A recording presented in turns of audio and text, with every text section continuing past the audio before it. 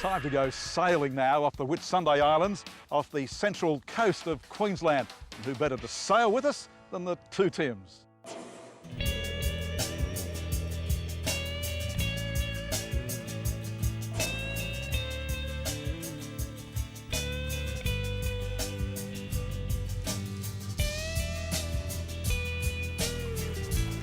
In more ways than not, it's pure paradise, a group of 74 picturesque green islands fringed by the whitest of sand and surrounded by deep blue tropical waters teeming with marine life, all of which sit protected inside the world's largest coral reef.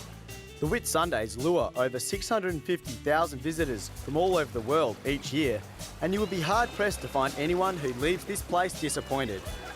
That's if they manage to leave it all. But by far the best way to experience this magic part of the world is by the power of the wind on the cool ocean swell. So for the next 3 days and 3 nights, this boat right here will not only be our home, but take us all the way through the Whitsundays and right out to the Great Barrier Reef.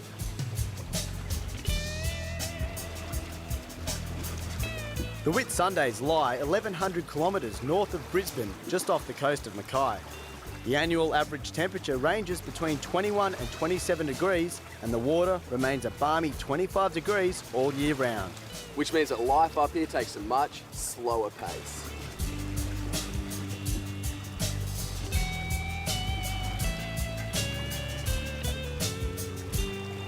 My name's Tim. I'm the skipper of Anaconda 3, and we're doing a 3-day trip around the Whitsunday Islands with something like 30 people on board. The boat itself is a 30-metre ketch. She's about 102 feet long, quite comfortable, very big, quite luxurious. On board we have 12 cabins. They range in size from just 2 single beds up to a share for 4 people.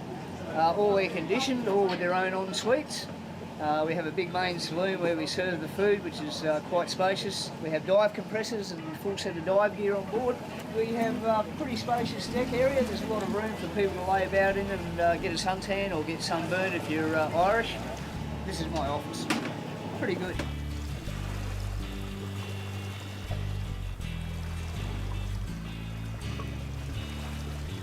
Well, here we are, Whitehaven Beach, the jewel of the Whitsundays. Stretching over 9 kilometres long, this pristine beach is constantly rated as one of the top 10 beaches in the entire world. But what makes this place so special is this stuff right here. Made up of 98% pure white silica, this sand is as fine as powder. Just listen to this.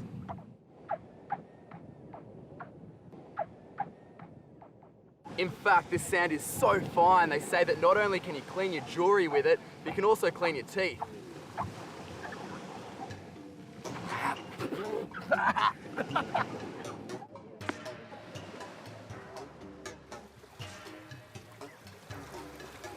Although it's no fashion statement and will probably never make the catwalks in Milan, what I'm putting on right now will protect me from some of the most deadly jellyfish in the entire world.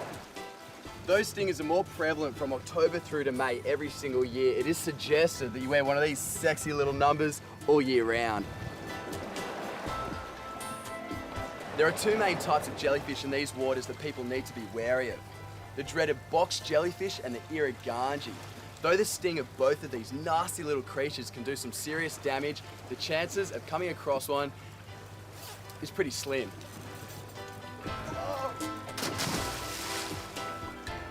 Never mind the jellyfish. When you're back on deck, it's the captain you have to look out for. And when the wind picks up, there's no time for lazing around.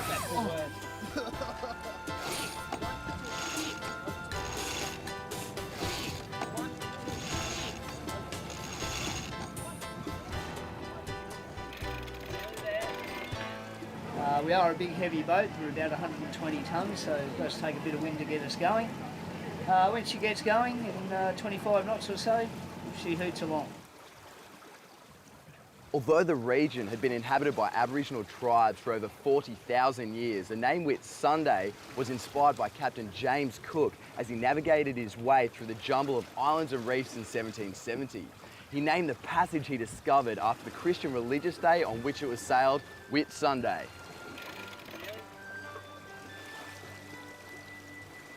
Right now, we've arrived at Bait Reef, just northeast of the Whitsunday Islands. Bait Reef forms a part of Australia's Great Barrier Reef, the largest reef system in the world. The Barrier Reef comprises of over 2,900 individual reefs, 600 continental islands and 300 coral cays. It makes up an area of over 248,000 square kilometres. Now, that's a lot of coral and a lot of fish. But the beauty of the Whitsundays isn't just confined to the surface. What lies beneath these warm tropical waters is a whole different world in itself. Let's go.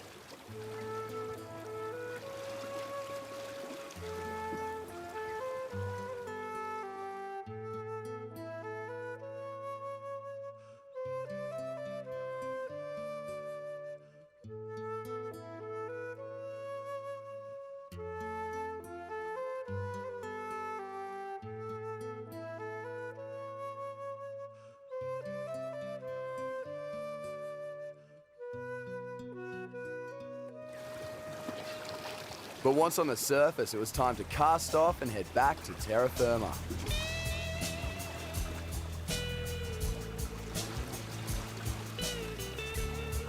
Well, the boats arrived back here at Ellie Beach and it looks like our adventures on the high seas are over for now. We've definitely had enough sun, sand and salt air to last a lifetime. Now we're just gonna have to get used to this stuff.